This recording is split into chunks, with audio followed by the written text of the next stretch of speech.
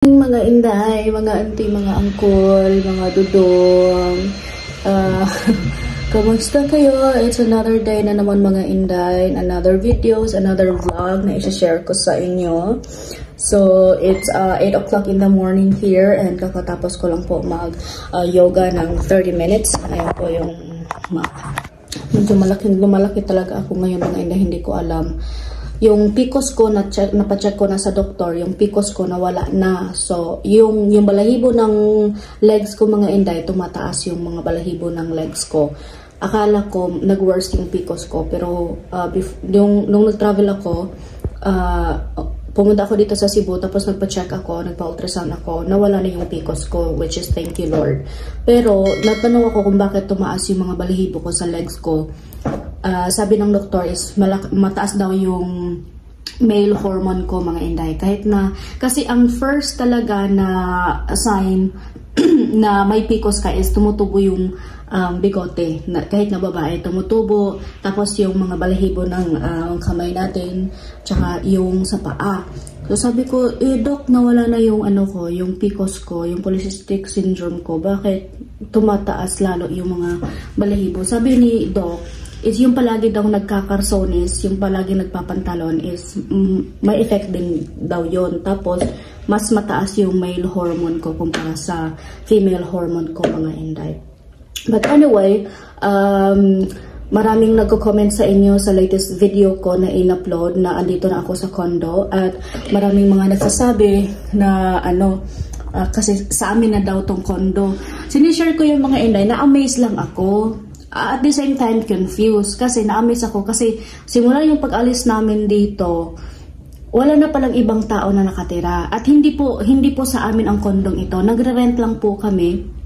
Gustong ibenta ng may-ari. Benta ata ng may-ari nito is 5 million, ganun. So wala akong ganung halagang pera mga day, my God. So nagre-rent lang po kami dito mga inday. Even yung andito si Eric, nagre-renta pa rin kami. So, kinausap po yung owner na kung may tawad or may discount. So, nagbigay naman yung discount mga inday. Pero, hindi talaga to sa amin. Tapos may nagsasabi din sa inyo na baka all the time daw na 1 year and 3 months kami nagkahiwalay ni Eric is binabayaran pa rin ni Eric to kahit na hindi kami tumira dito. Hindi po. Tinanong ko po si Eric kasi gusto niya na dito rin tumira sa San Telmo. But hindi ko in-expect mga inday na dito pa rin, same pa rin na building, same location, same lahat. Ganon. So, nakontak yung may-ari dito at sabi niya, wala daw ibang nakatira dito simula yung umalis kami. So, kung ano man yung pag-arrange ko dito mga inday, kung ano man yung mga gamit na naiwan namin dito, pagbalik ko, ayun pa din. Kaya, na-share ko sa inyo na parang bumalik lahat. So, diba? Marami nagsasabi sa inyo na pasaway daw ako, na marami nagsasabi din sa inyo na ang tigas daw ng ulo ko, humihingi ako ng advice, tapos hindi ako nakikinig. Mga inday, ang dami-dami yung bumibigay ng advice sa akin. Tapos, tinitimbang ko rin yung mga may mga positive advice, may mga negative advice. So, kailangan kong subukan ulit or give him another chance kasi everyone deserves a second chance, diba? So, if kung mag-work, then work. Then, if not, then at least nag-try ako for second times na bigyan sa ng chance, diba? So, hopefully this time mga inday, magkaayos or mas deeper at para siguro mawawala na yung pagiging immature ko mga inday. Kasi dati kasi yung first year kaming nagkasama I admit, immature pa talaga ako sa time na yun mga inday. So, yes, may nagsasabi sa akin na pinalayas na daw ako dito. Actually, mga inday, nung dati, nung nasi-share ko yung videos na yun, totoo talaga yun. Yung nagutom ako, gusto ni Afam na paalisin ako dito dahil uuwi na siya sa Amerika. Kinausap ko siya nung LDR na kami mga inday. Sabi ko na, alam mo naman na gusto kong tumira dito kasi nag-start pa ako ng career dito mga inday kasi nakapasok ako sa real estate business. So gusto kong ma-achieve yun kasi nasa rank 2 na sana ako nun mga Inday ba. So siguro sabi ni Eric na I was just thinking na kapag wala daw siya dito, ako lang mag-isa dito, boring, tapos mas better na daw na nasa kamay ako o nasa pamilya ako mga Inday, kasi daw mas na ano siya ba kanang mas kampante siya na nasa pamilya ako kaysa dito sa Cebu. Sabi ko, ganun ba yung nasa isip mo? Kasi nung dati mga Inday is more on ano kami, kapag I'm very emotional and very sensitive, and kapag naging emotional ako mga Inday, hindi ako nagsasalita at ayaw kong makipag-usap. So hopefully this time I've learned a lot from our past relationship mga Inday na nangyari. So this time hopefully maging open-minded na ako, kaming dalawa. So gusto kong sabihin sa kanya yung lahat ng mga ayaw at gusto ko, especially mga Inday, na sinabi ko sa kanya na hindi ako yung babae na gusto mo na ma-achieve, na maging sexy, ganun mga Inday. Pero sabi niya sa akin, kasi yun talaga yung pinakaunang problema dito mga Inday, nung unang kaming pagsasama is ayaw niya na maging mataba ako. Kasi diba na-share ko sa inyo na nag-iba yung treatment niya sa akin, yung tumaba ako. So sabi ko sa kanya, kung hindi mo ako tanggap, kasi ang beauty is mawawala lang yan.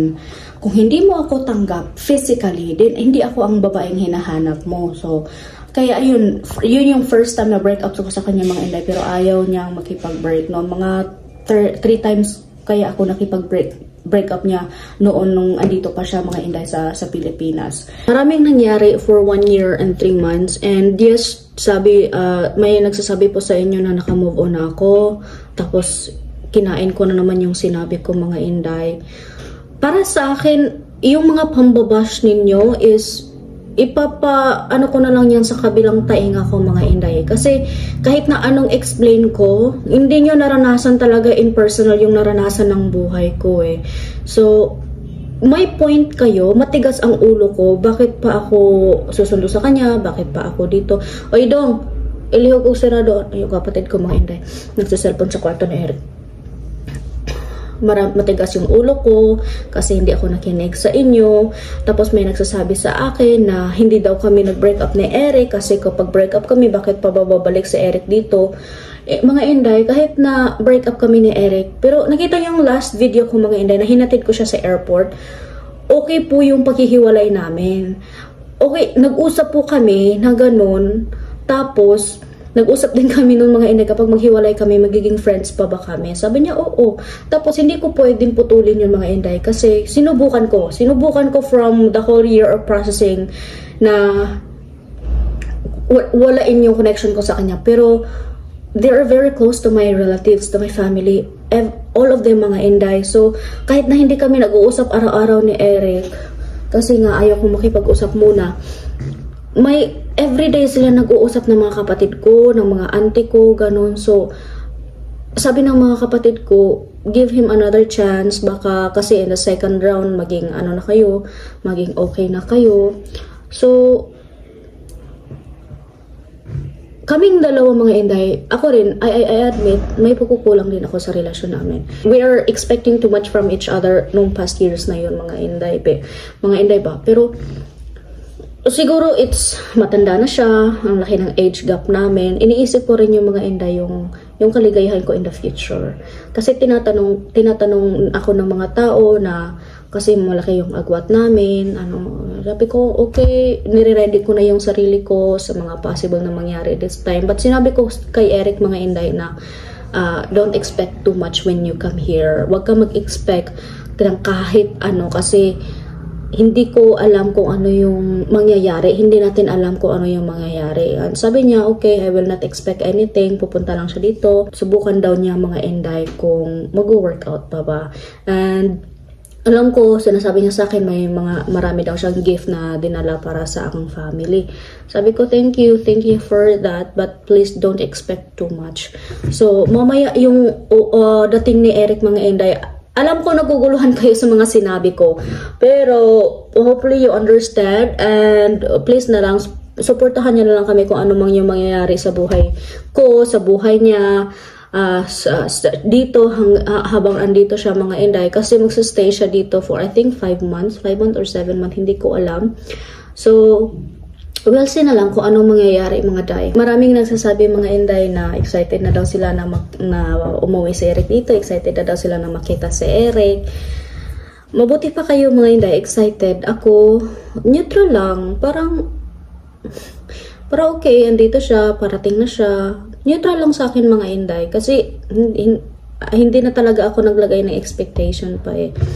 You know, sa isang tao na maraming mangyari dati. Siguro kung iba pa siguro yan at nagkaintindihan, siguro pagdating, excited. Ganun, na-remember ko yung feelings nung una naming, yung sinundo ko siya sa airport mga inday ba, na ang busy-busy ko dito, nakikita itong video na ito mga inday. Tingnan nyo yung video na yan.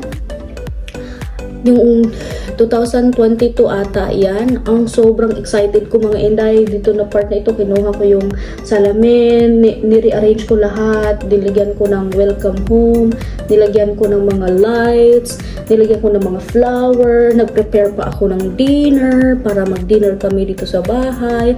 Grabe ang effort ko nun mga inday, pero this time wala na akong gagawin. Nag-ano lang ako mga inday, kasi nakarating ako nung isang araw. So, para may makain ako dito, ng grocery na ako para sa sarili ko, para may makain ako dito mga inday. O, tingnan nyo, bumili ako ng butter, bumili din ako ng bread, tapos yung saging. Ng grocery na ako mga inday para hindi ako magutman dito.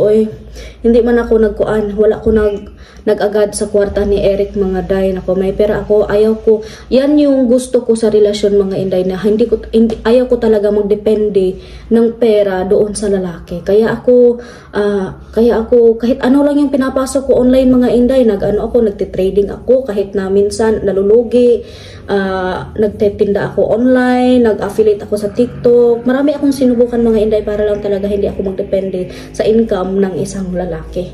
So, nagbili din ako dito mga inday ng kape. Siyempre, kape tayo, kape is life. Tapos yung malunggay tea, soon mga inday, lalabas na yung malunggay tea ko. So nag-aantay pa ako ng tamang oras kasi hindi pa kumpleto yung mga materials ko mga inday. Yung mushroom, pili din ako ng maluluto ko dito mga inday, tsaka ganyan. Diba? Mga gulay, syempre gulay yan. And then, nakikita yung video ko dati na ang sobrang nanglilinis-linis talaga ako. Yung upuan, kinuha ko dyan, rearrange ko, tapos kinuha ko to mirror na ito, nilagyan ko ng welcome home, nilagyan ko ng mga lights. Ngayon mga inday, bahala na. Dito na yung kwarto ko. Hindi pa ako nakapaglinis. Yan, kahit saan ako pupunta mga inday, laptop ko, andyan talaga yan. Dahil dyan nakasalalay yung iba kong future. Diba, yung gitara ko din. Wala, hindi na ako mag-aaksaya pa ng panahon, magluto-luto siguro sa airport, tsaka sa plane may makain naman. Sabi niya, nasa Doha, Qatar na daw siya mga inday. So, darating siya mamaya, mga alas 5 ng hapon. So, kami ng dalawa ng kapatid ko, mga inday, ang susundo sa kanya. Tapos, yung kapatid ko andun sa kwarto niya natutulog. So, dito na siya matutulog. Kasi, itong bed na ito, mga inday, is double bed to pwede ko yung kunin ang nasa baba. So, dyan siya matutulog. Ako naman dito. Or either dyan ako matutulog. Or siya dito sa taas. Tapos, itong lamesa is ganun ko na lang. I-twist ko na lang para makuha yung bed sa ilalim. Let's see kung ano maging reaction namin sa muli naming pagkikita mga inday. Parang awkward. Hindi ko alam. Or siguro tingnan lang natin kung anong mga reaction namin sa muli naming pagkikita mga day. Hindi naman ako natatakot kasi andito naman yung kapatid ko. So may mga nasiyahan din sa video ng kapatid ko mga inday na nagpabading-badingan yung kapatid ko. Actually hindi po bading yung kapatid ko. Lang talaga siya, bagay sa kanya ang maging bading. Kasi nakakatuwa. Alam mo yung kapatid ko na yan mga inday, para kaming pusa at saka aso. Palagi kami nag-aaway niyan pati sa bahay. Pero since nadala ko man dito yung iba kong kapatid at gusto ko rin ma-experience sa kanya yung pina-experience ko ng iba kong kapatid. At sabi nga ng elder sister namin nga, himala nagbanding yung aso at pusa. Kasi palagi kami nag-aaway mga day. So, sira na talaga yung buhok ko mga inday sa sa pagdadive ko. Pero nagpa-treatment lang ako. Hindi ito rebanded, treatment lang ito, botox mga day para ma-revive yung mga buhok ko na nagsusplit ends. Ito nag-iba na siya ng kulay kasi nga sa dagat kakadive ko. So hindi ako nagpariban day oy kasi pag nagpariban ako hindi na ako makapag-dive. Sasabihin niya na andito na si Eric, hindi na yan makapag-travel si Inday Buriat. Hindi mga day, pipilitan ko pa rin makapag-travel kahit na andito siya. No, hindi ibig sabihin na andito siya, mawawala na yung mga gusto kong gawin mga day. Bahala siya sa buhay niya, oy. Alam niya kung paano anuhin ang sarili niya. So, hindi ako mag-agad sa iya, ha. Maganda pa rin talaga yung treatment ko ngayon, day, kasi soft yung hair ko kahit na daot na diri sa ubos, oh. Oh, nag-iba na yung kulay. Dati mga inday, black talaga yung hair ko. Ngayon, nag-yellow na. Pero pinakuha ko na lang yung split ends. Kapag dumating si Eric dito mga inday, subukan natin siyang hingian ng statement kung bakit siya bumalik dito. Or subukan nating hingian siya ng statement for everything what's happened. Kasi lahat naman sinishare ko niyo sa inyo mga inday, yung mga previous life namin na magkasama kami. Totoo talaga nangyayari sa buhay namin. So, alam mo, mabait si Eric. May mga times na hindi rin kami magkakaintindihan at may attitude din ako. Siya din may attitude din siya mga inday. Pero marami din siya mga mabuting bagay na nagawa sa akin at saka sa family ko. So, sabihin nyo na ayan, pumasok na naman ako at iiyak na naman ako sa vlog ko. Di okay lang yan. Mag-iyakan ako mga inday. Mag-iyakan ako. Normal lang yan. Umiyak. Uy. Pag hindi ka umiyak, nako. Pag hindi ka umiyak mga inday, masakit yan sa puso. Normal lang yan na iiyak tayo. Syempre. I-share ko din sa inyo kung malungkot ko. Diba? Sira na talaga yung ulo ni Inday Buriat to Bahala na mga inday. Pinag-pray ko na lang kay Lord. Minsan, sa ating desisyon sa buhay, may desisyon tayo na hindi na iiba ng desisyon ng Panginoon kasi yun yung ikasasira sa atin. Pero this time mga inday, nababalik siya dito, pinabahala ko na siya sa Panginoon na Lord, ikaw nang bahala kung ano mang mangyari sa aming dalawa, ikaw na po yung bahala. And please give me strength, give me lakas ng loob para harapin lahat ng pagsubok ng buhay. Yun talaga yung mga dalangin at prayers ko mga inday. Kaya ako talaga, kalog talaga ako ng pagkababae. Kapag nakilala nyo ako or naging close tayo, kalog talaga ako mga inday. Sa aming pamilya, ako ang pinaka-joker. So, siguro sa vlog hindi nyo nakikita kasi more on reality show yung pinakita ko sa inyo mga inday. Pero in reality, lalo na kapag close na tayo sa family ko, sa lahat ng mga relatives ko mga inday, ako talaga yung kalog na kalog. Pero ngayon nga, hindi nila makikita na problemado yung tao kasi nga sa pagka-joker, hindi nila mahalata na deep inside may dinadala din ako mga inday. Pero hindi lang ako nagpapahalata sa family ko na ganon. Pumunta na muna ako doon sa ilalim mga inday. Maglakad-lakad muna ako, maglibot-libot ako dito sa San Remo. Siguro magtatambay muna ako doon sa pool habang ako ay gumagawa. Dalhin ko lang tong laptop ko mga inday at doon ako magtatrabaho sa pool para may hangin na presko. Bago pala ako aalis mga inday, bago ako pupunta doon sa swimming pool, may bahaw ko diri dayon. May kanin ako dito. So magluluto na muna ako aning sanlagon.